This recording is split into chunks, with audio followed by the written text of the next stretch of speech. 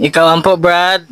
Ngayong gabi, Ginoo, salamat ining ibon, ining pan, gamang pagasaluhan, bisan pa sa pagpasalamat sa kagabion, nga diin, naniya kami, naghahirusa, nga timog pamilya, ikaw among gipasalamatan, bisan pa sa mayroon nun nga makabayad rami unya ang magkaon, kay ang pan, giutang, ang sutanghon, giutang, o maing buntag yan. Gano'n, ang nanata naman ang akong i-order. Nabayo ka sa naman. Tairo, ganyan, pero... No. Manila, Oh, ikuan mo, oy. Ikuan mo. Na iluwa to, iluwa. Iluwa, balik.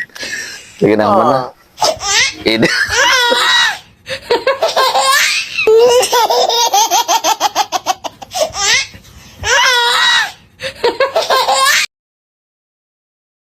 Ren, kumusta mo sa imuhang kuya? Ano yung dito sa adlaw? Pero wala naman kuha kita ng post kabali. Wala na, Kuya John. Gikuha na sa laing mga kamot. Kaya ko gasto aton niya eh. Nasalaman po na ni mo dahil nga mo gasto kong kaglaki.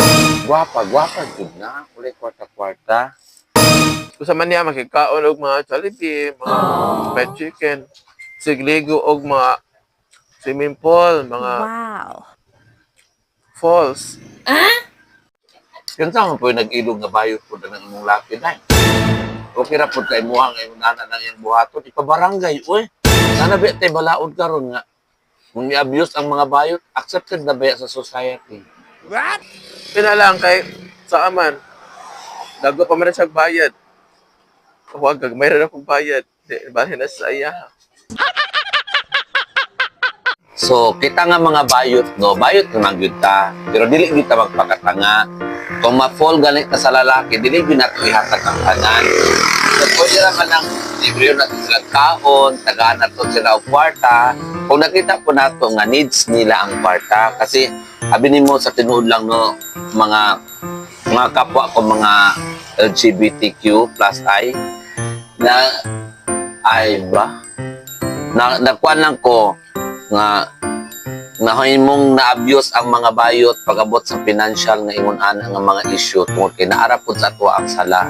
So, hoping nga makasabot mo, pakuha ninyo ang point and puntos na akong giingon kay para ra pud na sa tong kayuhan. So, mamili ta kung tao nga dapat na to tagaan sa ato ang tanan-tanan. No, tanan-tanan. Salamat, Melody. Sabi ka kilay, I love you all.